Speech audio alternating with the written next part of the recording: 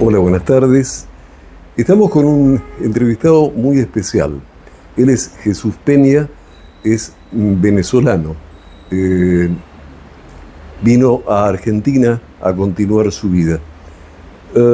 Los ojos del mundo se han puesto en Venezuela en estos últimos años y sobremanera a partir del 2016, 2017, 2018 y ni hablar a comienzos de este año, en estos últimos días, a partir de la captura de quien era presidente de Venezuela, Nicolás Maduro, por parte de las fuerzas de Estados Unidos. Hay muchas controversias. Quienes adhieren al régimen venezolano dicen que las críticas generalmente provienen de derecha. Quienes son de derecha desestiman las argumentaciones que hace la izquierda.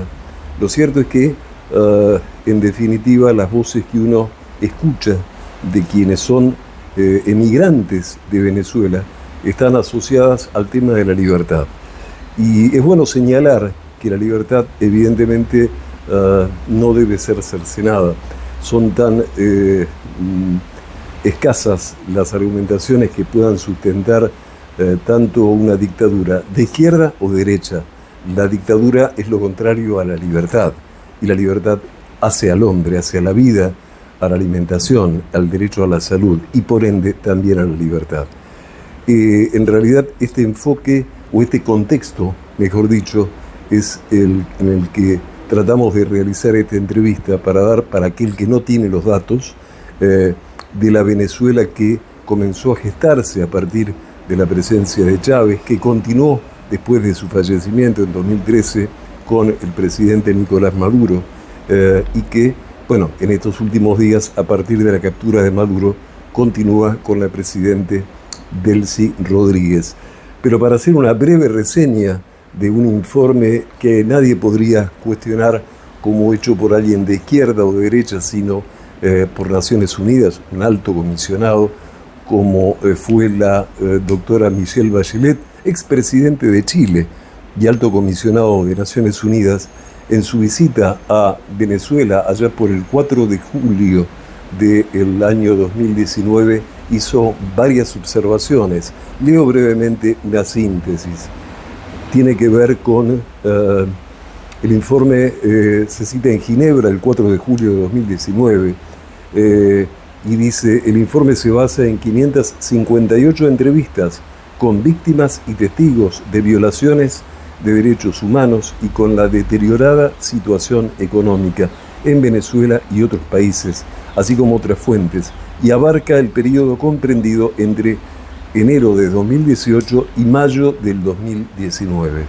Cita textualmente: durante mi visita a Venezuela pude conocer directamente los relatos de quienes han sido víctimas de la violencia de Estado y sus peticiones de justicia.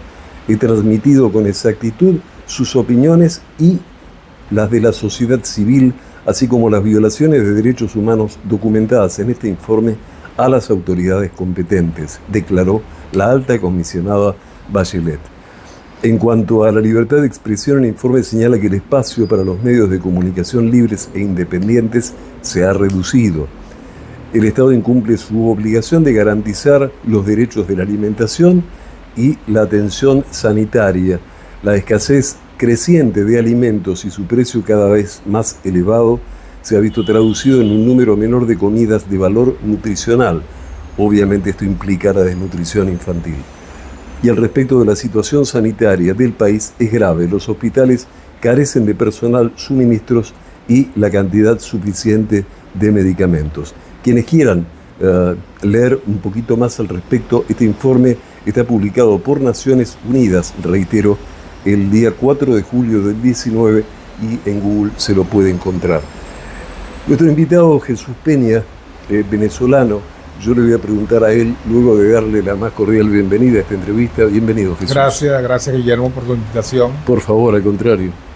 Quería preguntarte cuál era tu especialización en Venezuela. Bueno, yo trabajé durante 20 años en la Universidad Nacional Abierta, una universidad a distancia, y también trabajé en algunas universidades a nivel presencial, en el área de metodología de la investigación y también estuve en el área de gestión universitaria. Eso es lo que yo realicé en Venezuela durante mi carrera, pues, después de egresado de la Universidad Central de Venezuela. Para pintarle a la gente un cuadro de situación, ¿cómo era? ¿Vos naciste en Caracas? No, yo nací en el estado Mérida, eso queda hacia los Andes venezolanos. Ajá. ¿Cómo era la Venezuela aquella de tu infancia a la Venezuela de Chávez? ¿Qué diferencias? Bueno, fue una Venezuela pujante porque después de los años 50 que cayó la dictadura, estoy hablando de 1958, que cayó la dictadura de Pérez Jiménez, hasta yo nací en el 64, el desarrollo económico y la transformación de una Venezuela rural a una universidad, a una Venezuela industrial y comercial, allí hubo demasiados cambios. Y de los cambios estoy hablando de desarrollo de infraestructura, desarrollo educativo, desarrollo hospitalario. Venezuela creció enormemente, incluso llegamos a recibir del extranjero todo tipo de migración, y porque era una Venezuela pujante. ¿De qué años estamos hablando? Estamos hablando de los años 70, 80. Del 80 llegó mucha gente de Argentina, Chile, y antes habían llegado personas de diferentes partes de Europa, y la migración colombiana siempre fue constante en todos estos años de desarrollo, que necesitamos mano de obra tanto para ese desarrollo industrial como para también ese desarrollo comercial que tuvimos durante todos esos de los años 60, 70, 80 y 90. Mano de obra calificada. ¿Cuándo, a partir de la gestión de Chávez, eso empezó a mermar? No necesariamente para la primera época, porque Chávez tuvo el ingreso petrolero más grande que ha tenido el país, lo tuvo durante el tiempo de Chávez, el barril de petróleo llegó a venderse más de 113 $113. Claro, estaba muy sí, buen valor, claro, ahorita se vendió por con... 60, por decirte. Claro, Tenía una doble ingreso. Teníamos un país con bastante desarrollo económico y bueno, y lo que pasó fue que también se hizo mucho derroche durante la gestión de Chávez. Entonces el deterioro fue muy rápido, independientemente de tantos ingresos, los egresos también fueron muy grandes. Fueron altos. Altos dentro y fuera del país. ¿Podríamos marcar una diferencia entre lo que fue el gobierno de Chávez y el gobierno de Maduro? Sí, porque si Chávez viene a sentar las bases de lo que consiguió Maduro, en Chávez se genera el modelo. Chávez es el que, bueno, el modelo viene de Cuba, ¿no? Chávez lo adopta, pero de todas maneras hay que hacer la adaptación. Esa adaptación se hace durante la gestión de Chávez. Y con el dinero, con bastante dinero, se logra llevar toda lo que es la parte ideológica y cómo la operacionalizan y cómo la trabajan durante más de una década hasta que llega Maduro en el 2013, ya con menos recursos, ya con un desgaste de gobierno, pero ya allí ya tenía asentado el modelo, ese modelo económico que ellos generaron y que no solamente se quedó en el país, lo exportaron a países de la región. Y lo vimos en los modelos desde el punto de vista electoral, desde el punto de vista populista que se generó en todo el continente. Eso también fue producto de lo que allí se fue estudiando y se fue consolidando durante toda esa época, toda esa década. Ahora, el modelo de Maduro parece haber perdido mucha vigencia, haber perdido mucha fuerza desde que asumió hasta el 2016. Digo, si tomamos en cuenta que uno de los años de mayor emigración fue el 2016 por parte de mucha juventud venezolana, ¿esto a qué obedeció? ¿A la falta de insumos, a la falta de alimentos? ¿Te refieres a la migración? A la migración venezolana, okay. Exactamente. Bueno, hay muchos factores. Obvio que los factores internos, en la escasez de productos, en la escasez de combustible, en los apagones constantes, en apagones de electricidad normalmente. La industria eléctrica cada día se fue deteriorando más. La industria petrolera también. Después del 2000 que Chávez echa a los técnicos, prácticamente a la mano de obra calificada la echó por cuestiones políticas. Y realmente eran personas que conocían la industria.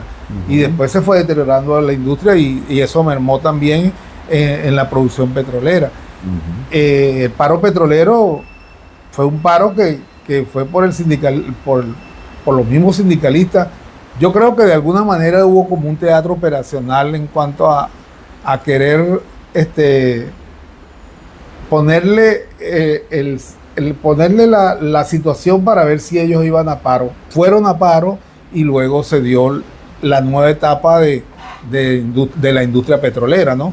Donde ellos asumieron la industria petrolera desde el punto de vista político, porque había como un código de ética que la política no se mezclara con la industria petrolera, que la industria petrolera fuera como más independiente. Venezuela en su buena época producía alrededor de 1 millón de barriles diarios. Sí, claro. Y hoy escasamente llega a alrededor de 500.000. Sí, pues yo me imagino por ahí está la cifra que no creo que llegue a la mitad. Pero entonces, claro, todo eso no se tiene el mismo ingreso. Yo no te podría decir si fue más eficaz Chávez o Maduro. Si a Maduro le pusieran la cantidad de dinero que tuvo Chávez, yo creo que fuera lo mismo. Por lo que pasa es que la chequera la firmaba y tapaba todos los huecos, ¿no? Chávez. Claro, Maduro necesariamente no tiene los recursos que tuvo Chávez. Aparece como una consecuencia posterior, un second time. Claro, cuando se ha llegado incluso a por debajo de 60 el costo del barril de petróleo. Claro, ¿Entiendes? Tiene menos de la mitad del presupuesto. No con esto estoy diciendo que Maduro haya tenido un buen gobierno ni nada de eso. Estoy diciendo que no tuvo los recursos suficientes. Entonces, claro. Comparativamente, entonces no le puedes dar la prebenda que le dabas a todos, ¿no? ¿Cómo era el contexto en el año 2016 cuando empieza la gran corriente emigratoria de Venezuela? Bueno, el contexto era escasez de alimentos. Tú hacías una fila por más de 24 horas y no conseguías productos y la fila que hacías no sabías qué te iban a vender. ¿Qué productos, a qué productos te referís, por los ejemplo? Productos básicos que te puedo decir, una harina pan, que nosotros somos personas de comer arepa, en vez de comer pan, sí comíamos pan, pero el pan ya también desapareció mucho. El pan te vendían un pan de este tamaño y ya tenías que hacer una fila y porque era más costoso el trigo y exportarlo era más difícil. Entonces te vendían, por decirte, una harina pan después de haber hecho una cola si tenías suerte te vendían 2 o 3 y si activabas toda la familia podías conseguir para varios días. Entonces eso, tú no sabías qué producto te iban a vender y a veces llegabas al inicio de la fila y te decían ya se acabó todos los productos y los supermercados, las góndolas estaban totalmente vacías. ¿Se llegó a pasar hambre, digamos? Yo no la pasé particularmente, pero yo sé que a nivel general había mucha hambre en cuanto a que las personas no tenían para conseguir esos productos. Y te diría que comen lo básico, no es una alimentación balanceada, no te iban a comer carne. Si te vendían el producto era harina, arroz y pasta, ¿sabes? No una cosa que tú digas es para que se alimente, ¿no? Balanceadamente. Claro, para calmar el hambre, pero no alimentación. Nutrición. Claro, nutrición, no la alimentación no nutricional. Exacto. ¿Cómo fue en tu caso tu proceso? Vos sos casado, tenés una hija. Sí, tengo. ¿Fue ella quien vino primero? Sí, mi hija, ella estudiaba en la universidad y allí conoció a un chico de descendencia argentina. Sus padres se habían migrado para Venezuela en el año 1980 y ellos ya se habían regresado para el año 2014, 2015, ellos ya se habían regresado para el país y el chico se había quedado a terminar su carrera. Él terminó su carrera y se vino y como era novio de mi hija y todo eso, ella se vino con él. Ella se vino 2 años antes que yo, 1 año y medio antes que mi esposa. Y bueno, nos vinimos. Yo me vine en el 2018 y ella se vino en el 2016. Y mi esposa se vino en el 2017. Yo fui el que de repente no quería, dejamos la casa y las cosas que teníamos allá las dejamos. Mi esposa vino porque mi hija se enfermó y tuvo que atenderla. Y después la situación se puso más ruda en Venezuela, más fuerte. Y bueno, yo lo decidí venirme porque decía, bueno, tengo una familia muy chica, yo no voy a dejar a mi familia que se fracture. Claro. Y me vine y mi hija le ha ido bien en los laburos que ha tenido, le ha ido muy ¿Cómo bien. fue tu situación cuando llegaste a Argentina el primer tiempo? En tanto la adaptación, por así decirlo, a la nueva ciudad, a la nueva sociedad distinta. Bueno, no digo difícil porque primero fue una ilusión porque tú ves tanta novedad y tantas cosas que yo primero viví en una provincia. Sí. Y una ciudad grande como esta, pues para mí ya, sí había vivido en ciudades grandes, pero tenía tiempo que no lo hacía. Yo tenía 16 años en una provincia muy chica, de muy corto, te diría movimiento, pero muy poco movimiento, sí. Todo es muy lento. Entonces, venir eso, primero me impresionó la ciudad y luego me impresionó las cosas que tuve que cambiar, que la comida sí se conseguían los productos venezolanos, pero sí uno extraña la comida como la hace siempre, algunos ingredientes, la cultura. Sí tuve mucha aceptación. Yo creo que el argentino tiene ese don de tratar a las personas con ese calor que yo agradezco eternamente, que me sentí bien en ese sentido de ser ese trato caluroso, atento y orientador. Yo diría que fueron muy orientadores en todos los ámbitos donde me movía, tanto en la ciudad como en los trabajos que inicié. Me pareció bastante bien, pues se sintió bien. Y bueno, después sí empiezas es como una ave, ¿no? Una vez que tú después empiezas como a ver las cosas como yo quiero mi país, y te da nostalgia, empiezas a extrañar cosas y después te adaptas y vuelves a subir a esa vez y tú dices, bueno, yo tengo que asumir la nueva vida, la nueva etapa y me monto y galopo al ritmo que haya que galopar y yo estoy aquí por mi hija y estoy por mi esposa y para adelante, no había que ver hacia atrás, porque ¿cómo si veía hacia atrás era... ¿Cómo fue la adaptación a nivel laboral? Cuando llegaste acá, ¿qué trabajos desarrollaste?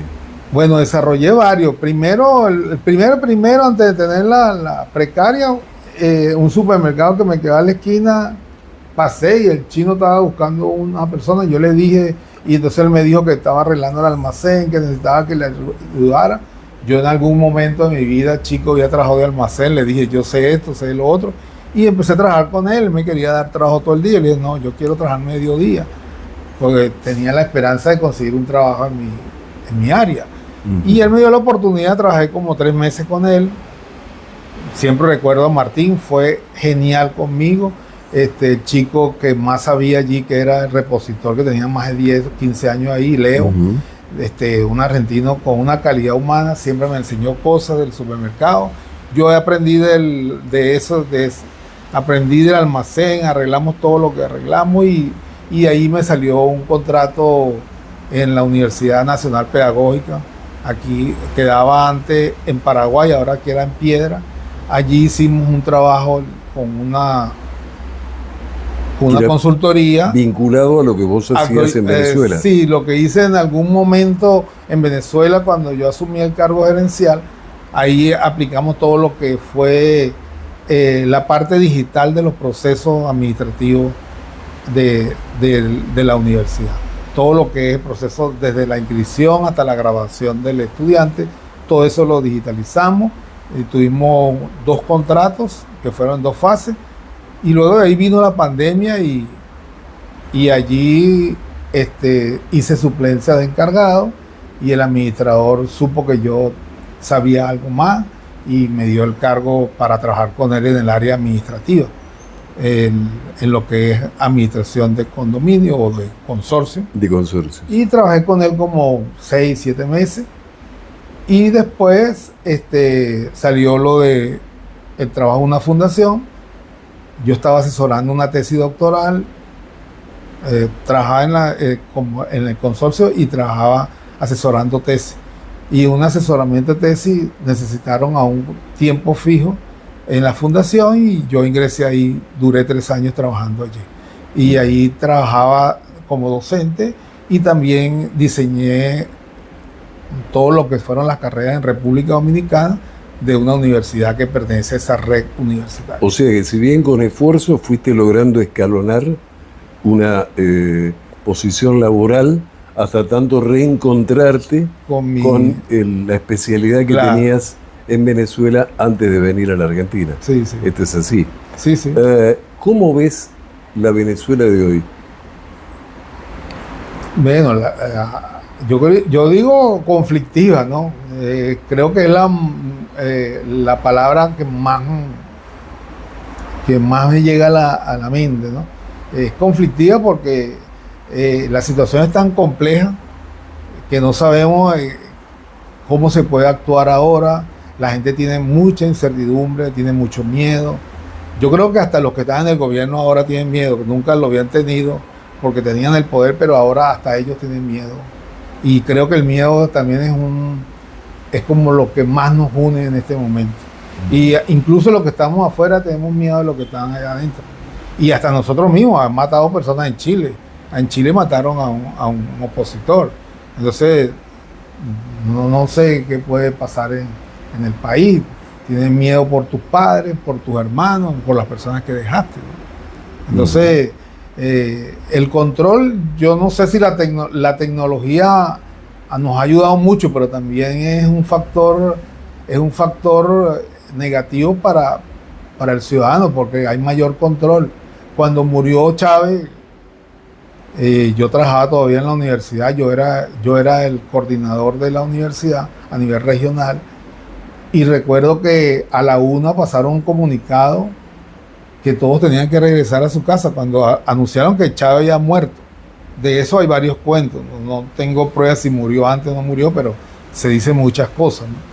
Entonces, ese día notificaron a la 1 y yo dije, bueno, aquí va a haber un problema en este país.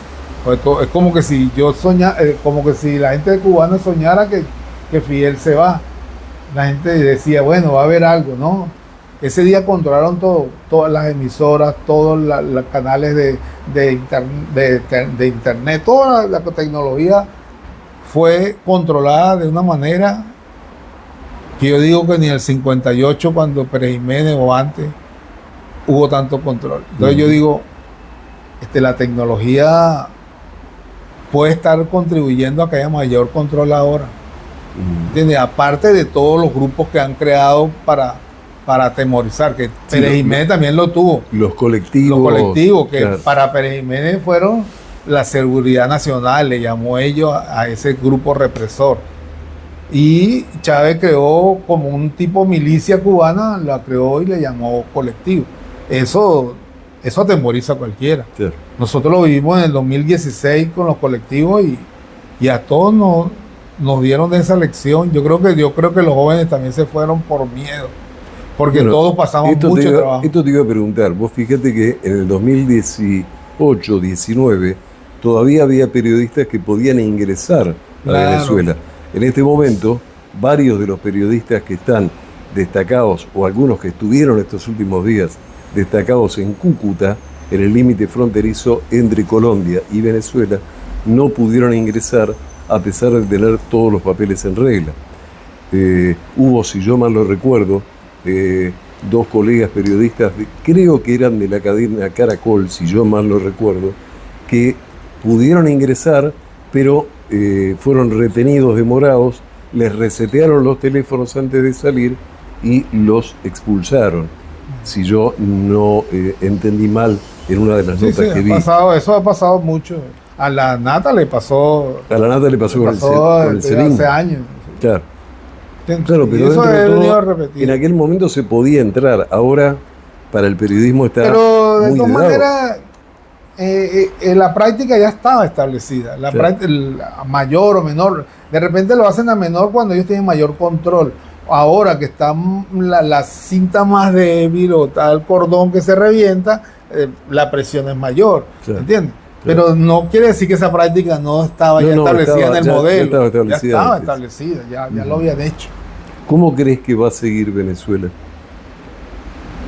Por lo que creo, por lo que deseo. Por lo que deseo es que todo llegue en paz. Por un lado, ¿qué es lo que vos crees que va a pasar? Después te pregunto al respecto del deseo. Bueno, lo que creo es que hay pugna que son inevitables. Hay pugna porque hay muchos intereses. Yo creo que los de arriba también están forzados por los que les siguen. Uh-huh. Porque también hay una incógnita de qué formaron con los colectivos y qué hay detrás de grupos que no sabemos si lo prepararon los árabes, si lo prepararon la guerrilla colombiana. Eso todavía está por descubrir. Me imagino que el que está en la inteligencia sabrá. Yo no tengo esa información. Me imagino que tanto la inteligencia norteamericana como inteligencia de cualquier otro país que haya sido estudioso de esto lo sabrá. Yo no lo sé, pero eso es una incógnita que hay. Y si eso está presente, va a ser un grupo activo dentro de la pugna, ¿no? Independientemente que entregues a los cabecillas. Uh-huh. Tú no sabes yo no sé cuántos cabecillas pueden haber allí. Y de este movimiento aparecieron nuevas figuras que yo no las conocía. Desde lo que vos crees vos crees que esta transición, en el mejor de los casos, va a ser muy lenta. Sí, va a ser lenta. Yo creo que independientemente que queden los mismos que están en la transición, como que si metes a otros más, también, o sea, por decirte, cuando digo otros más, que vaya María Corina y vaya Edmundo, eso va a haber pugna de todas maneras, porque ellos ya tienen, el modelo está muy bien aceptado. Uh-huh. O sea, yo no soy tan alegre en decir que van a entrar y todo se va a acabar, y que yo no creo eso. Y no quiero ser pesimista, quiero ser realista, porque cuando tú estás en una realidad hay diferentes actores y todos juegan, y entonces todos van a hacer pugna, que tendríamos que ver si realmente mucha gente está obligada. Eso también puede pasar, que dentro de los colectivos haya unos pocos líderes, y eso lo vivimos nosotros, que siempre eran como 10 que eran los que realmente estaban comprometidos, y a los demás los presionaban por el trabajo, por la comida. Si eso sigue así, es fácil controlar. Pero si eso fue entrenado y fue multiplicado, creo que es difícil, y yo no lo sé. De cualquier manera, si miramos con ciertos ojos, digamos, de positivo, de optimismo, evidentemente va a ser una transición lenta. Así se llamara elecciones generales, claro, así ganara María Corina Machado, o Edmundo González Urrutia, que fueron quienes ganaron las elecciones. Cabe recordar que el gobierno de Maduro no pudo mostrar las actas de las elecciones, y sí lo hizo desde la clandestinidad María Corina Machado. Tanto esto es así que varios países de centro izquierda, incluso caso de Brasil, caso de Chile, no convalidaron las elecciones como genuinas, sino que tendieron a pensar que no habían sido transparentes y que había que volver a realizar un llamado a elecciones. Pero en el mejor de los casos, que se llamara elecciones y demás, digamos que es un tiempo de transición que no parece ser, digamos, inmediato. Por más que se llame elecciones en el breve tiempo, digamos, la reformulación evidentemente va a llevar un tiempo. Sí, sí. Con lo cual, volviendo a Argentina, la experiencia de haber venido ¿qué cantidad de... Tenemos como dato que Venezuela tiene alrededor de 28 millones de habitantes, de los cuales por lo menos alrededor de 8 se fueron de Venezuela. Yo diría, sí, debe estar cerca de los 30, como general, ¿no? Sí, dicen que son 8. Yo estimo que pasa de 7,5, debe estar, o en 8, no más. Yo no creo que haya más. Hay gente también que se ha movido otra vez hacia el país, que por lo menos los que sacaron de Estados Unidos, y gente que se ha regresado. ¿Qué podrías concluir desde esa, evidentemente, de un país en el que sale casi el 30% de la población en el término de prácticamente 2 años, 2016, 2017, 2018, 19 algunos, es decir, en 3, 4 años que se vaya el 30%, es en sí misma una denuncia de que evidentemente algo ocurre. Pero vamos a mirarlo desde el otro lugar, desde la resiliencia. Evidentemente este desafío de emigrar, este desafío de tomar la decisión, venir, instalarte, buscar trabajo, lograr tener donde vivir, poder afincarte con tu familia, poder desarrollar tu actividad, hasta lograr tener la misma actividad que realizabas allá. Fue todo un desafío, pero tiene en sí mismo una historia de resiliencia, ¿verdad? Así como viniste vos, que viniste con más de 50 años, vienen y han venido chicos de 21, 22, 23, 25. ¿Qué le dirías a esos chicos? Desde tu historia de resiliencia, desde tu historia de ser un emprendedor en tanto el desafío de aceptarlo, de seguir adelante, ¿qué mensaje le darías? Bueno, yo particularmente lo digo por los que más están cercanos a mí, esos jóvenes que conozco, que unos son familiares, otros son amigos. Yo digo que ellos deben tomar la mejor decisión que a ellos les corresponda tomar en cuanto al país, ¿no? Si ellos hacen su vida acá, toman decisiones acá en cuanto a pareja, en cuanto a trabajo, en cuanto a estabilidad, tienen 2 patrias. Y ya lo anterior no lo van a, yo sé que no lo van a olvidar, y van a tener siempre presente esa patria venezolana.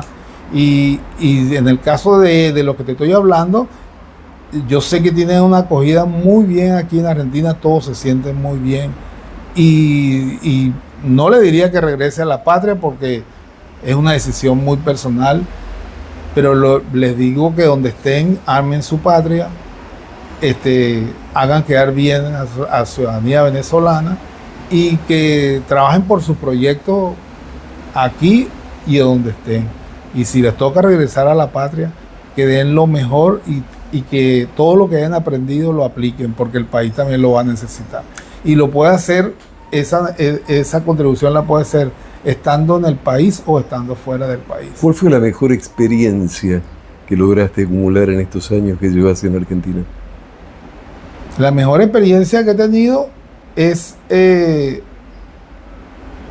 tener un vínculo familiar, aparte de mi esposa y mi hija, con una familia lejana y amigos una familia lejana que nos veíamos de vez en cuando, no nos frecuentaban, solamente uno que era mi sobrino, que era para más cercano a nosotros, para arriba y para abajo. Y entonces hacer ese grupo nos ha dado tanta satisfacción, y también las personas que se han agregado a él, venezolanos y también argentinos, porque ahí han entrado novias de ellos y esas relaciones que ellos van vinculándose de trabajo y todo eso. Y eso me ha, ¿sabes? Uno dice, estoy fuera, pero como que estoy acompañado. No estoy solo. O sea, recuperaste parte de la población venezolana a partir de otros que vinieron corriendo la misma suerte. Sí. Eso es todo un aprendizaje, ¿no? Claro, porque yo te podría decir, en el trabajo yo pensaba que no iba a conseguir un trabajo como el mío, y eso puede ser positivo, pero sigue siendo un trabajo. En cambio, la familia es como algo más de pertenencia, de mayor vínculo, de mayor apego. Y hace los afectos, aparte. Sí, claro. Y Argentina, ¿cómo, para alguien que no la conoce en Venezuela, ¿Cómo la describirías? Que cambien la imagen del argentino. Yo creo que afuera, y no lo vi nada más en Venezuela, lo vi por referencia a otros países, la imagen que tienen fuera del argentino pedante, del argentino que se la sabe toda, o que el argentino, no lo vi aquí, vi otra persona, vi una persona atenta, humilde, cooperadora, orientadora, amigo, vi otra cosa. Y yo dije, ¿por qué no lo había visto antes? Claro, desde afuera no se puede ver, ¿no? Y eso lo veo ahora. Yo te voy a nombrar simplemente 2 o 3 palabras,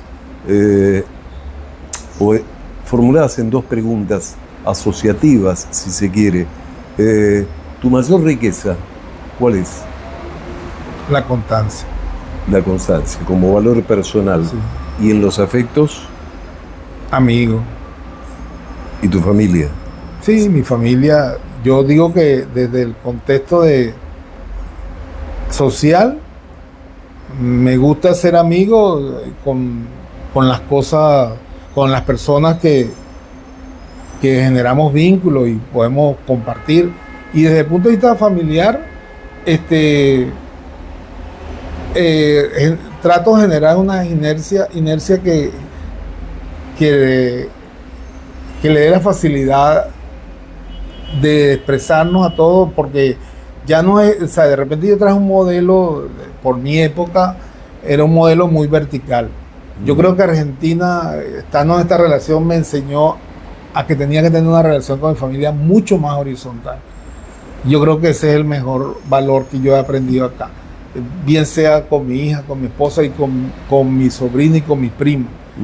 Y entonces entenderlos de su postura, de su edad, de esas diferencias y verme, no como uno de ellos, sino saber que hay diferencias y que yo no soy ningún jerarca como se pensó o se llevaba en la época de mis tíos, de mis padres, o hasta en mi misma época pasado, con sus claro. Hijos. Entonces, claro. Yo creo que es la mejor riqueza, transformar esa hegemonía que nosotros teníamos por cultura y cambiarlo y transformarse en una relación mucho más horizontal.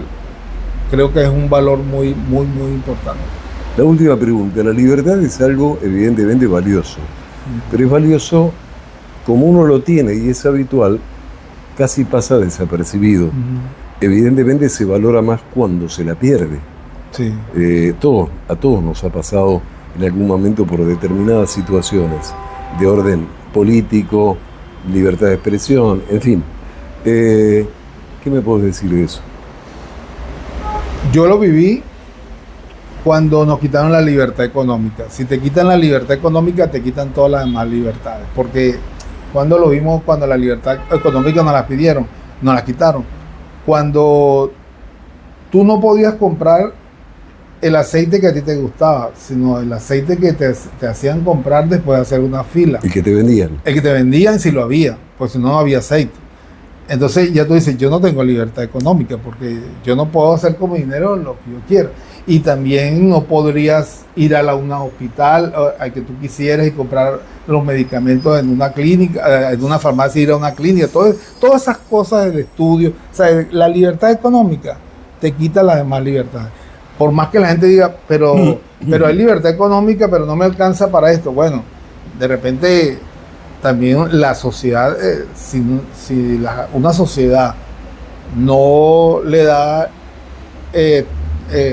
o no genera trabajo, o no genera que las personas tengan los recursos para tener esa libertad, de alguna manera esa persona no tiene esa toma de decisión. Pero yo lo viví, creo que primero desde el punto de vista económico. En tanto la libertad económica. Pero también después lo viste reflejado en el miedo de opinar, en el miedo de no te metas en esto, no vayas para allá. Entonces tú dices, bueno, ya se van sumando otras restricciones que tú en tu vida... Otras limitaciones. Sí, limitaciones que no puedes, sabes que ya no puedes actuar allí. Podríamos decir entonces que haberte ido de Venezuela fue un desafío de reconquistar la libertad. Sí, yo creo que fue nuestro acto de rebeldía. Es nuestro acto de rebeldía. De todos los que emigramos fue así. Fue un acto y por más que nos hayan dicho que vinimos a lavar poseta, que en algún momento lo dijeron a nivel nacional, en una cadena, el presidente lo dijo. Que vinimos a lavar poseta en los países que nosotros que veníamos, el que se iba a Venezuela iba a lavar poseta en cualquier país. Y yo digo, bueno, sí, yo creo que muchos lo hicieron, pero tomaron la decisión de lavar la poseta, no se lo impusieron. ¿Entiendes? No es lo mismo lavar poseta ya obligado que lavar poseta por voluntad, primero.